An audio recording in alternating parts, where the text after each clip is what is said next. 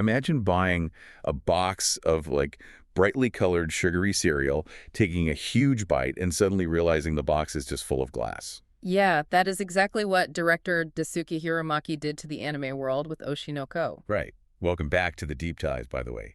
Today we are looking at Hiramaki's recent New Type interview to see exactly how his studio, Doga Kobo, managed to reverse engineer a pastel idol story into, well, a pretty dark psychological thriller. Because for you watching at home, the shock value is obvious, but actually constructing that shock without it feeling cheap is a massive, massive technical challenge. Exactly. Since you already know the brutal twists and heavy themes in this story, the real question is how Hiramaki avoids turning it into a trashy soap opera.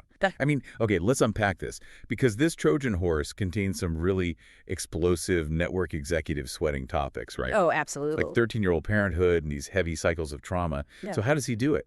Well, he relies on a philosophy he calls subtle adjustments. In anime, the temptation is always to crank up the melodrama, like lots of tears, screaming, dramatic speed lines. Oh, sure, the classic over-the-top reactions. Right, but Hiramaki deliberately pulls back on the keyframe pacing. He storyboards scenes to linger in silence rather than explode. But wait, isn't the whole appeal of modern anime that over-the-top melodrama? If you're tackling intense industry cynicism and reincarnation, doesn't deliberately pulling your punches just risk boring the audience? You'd really think so, but it actually creates a much heavier impact. Instead of showing a character screaming in grief, the camera might just linger on their trembling hand, or like a static, quiet room. Oh, wow, so you're forced to just sit with it. Exactly. By holding back the visual noise, he forces you to sit with the horrific reality of the situation. It shifts from this performative spectacle to something deeply uncomfortable. That deliberate pacing makes total sense for individual scenes.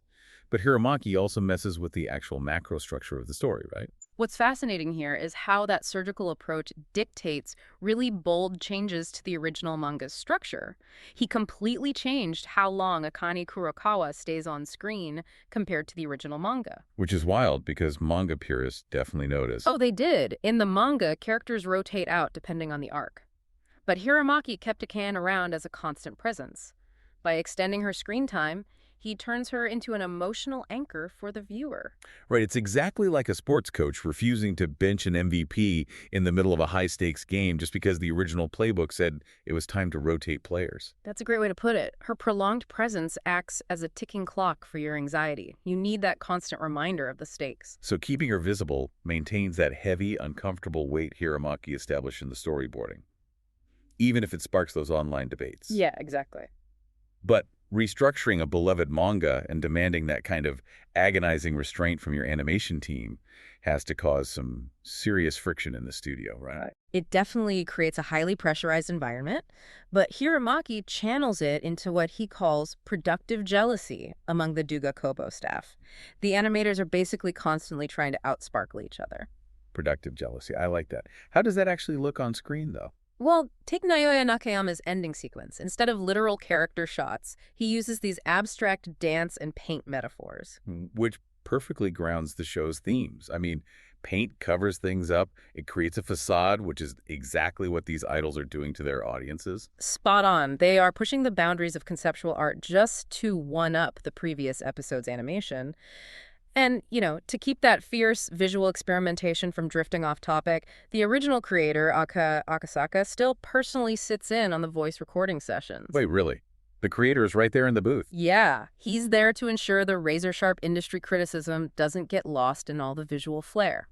So what does this all mean? With all that intense creative rivalry and meticulous pacing, where does that leave you, the viewer, as the show heads toward its endgame? It permanently shifts your focus away from the sparkle of the stage and right into the cold vacuum of revenge. That behind-the-scenes authenticity, the tension, the precision, is channeled entirely into honoring the core theme, which is the lies these characters' lives are built upon. Man, masterful media really doesn't happen by accident. It takes this calculated, balancing act of tone, pacing, and clearly some intense creative friction. Absolutely. Which leaves you with a pretty wild question to consider.